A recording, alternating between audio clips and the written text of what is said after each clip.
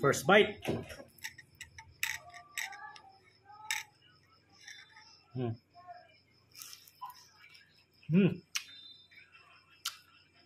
Sarap.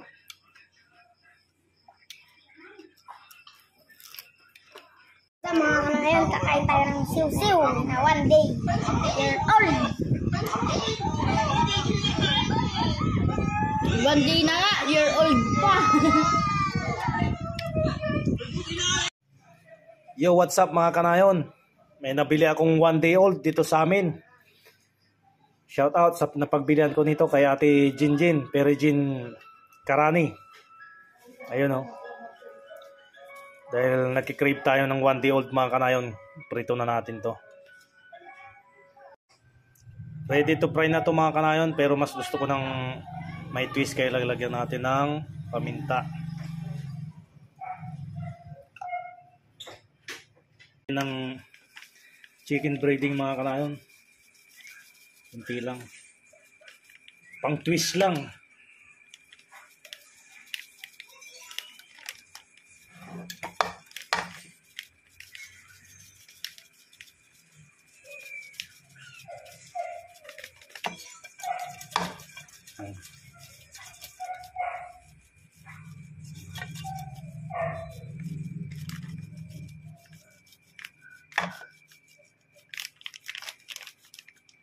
Yan, pwede na to mga kanayon.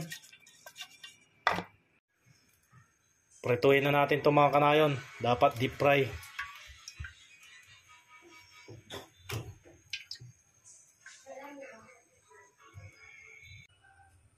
Yan, mainit na yung mantika mga kanayon. Prituin na natin to.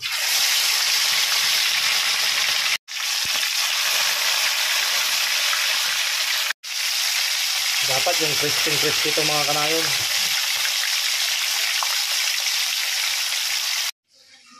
Meron tayo ditong ginawang sausawan mga kanayon. Combination of suka, sibuyas, siling green, tsaka siling pula, tas konting asukal, tsaka paminta. Wala akong nabiling pipino mga kanayon, pero goods na to. Nalagyan ko rin to ng asin mga kanayon. Ayan, malapit nang maluto mga kanayon. Excited na ako. 1 day old. Yan, luto na yung first batch natin mga kanayon. Rapsa nito, rapsa.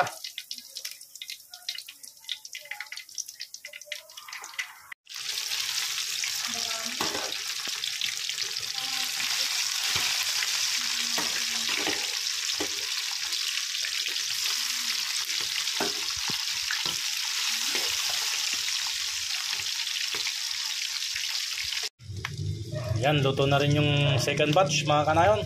Ready na tumukbang to. Ito na mga kanayon, let's go! Ayan mga kanayon, isa na natin imukbang to. Yun o, yung sausawa natin.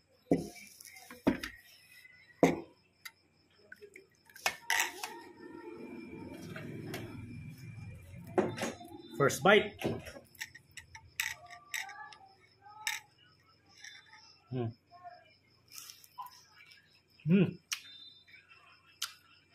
Sarap.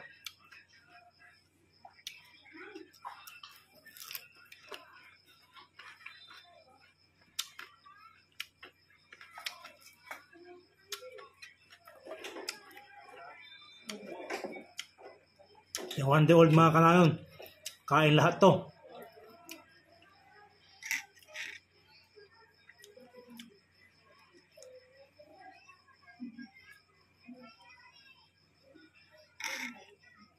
Patikim din.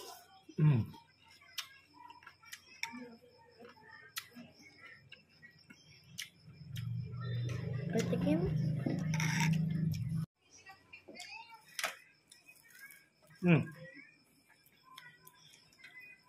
Sarap mga kanayon.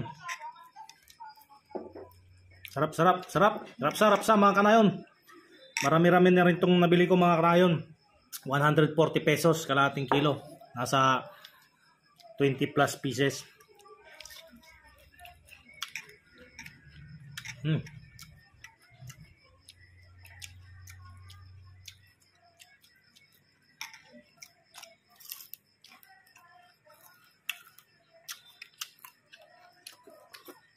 Sarap. Yup.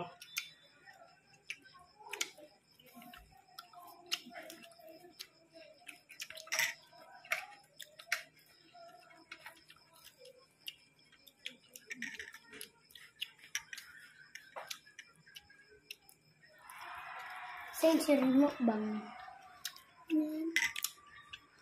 Small. Masarap pa ang balut. Pwede kainin ulo? Kaya ito.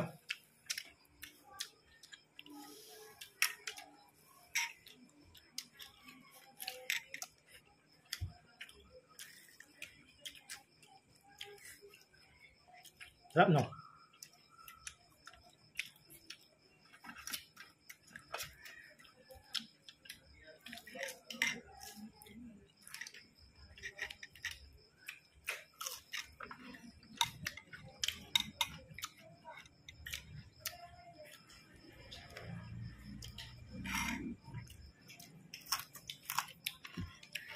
Mga. Ito po ulo. Masarap yung ulo.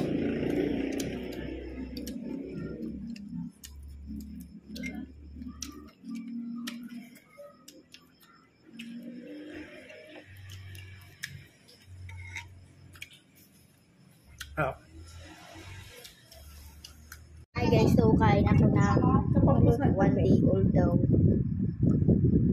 Hindi ko alam, basta sisiw.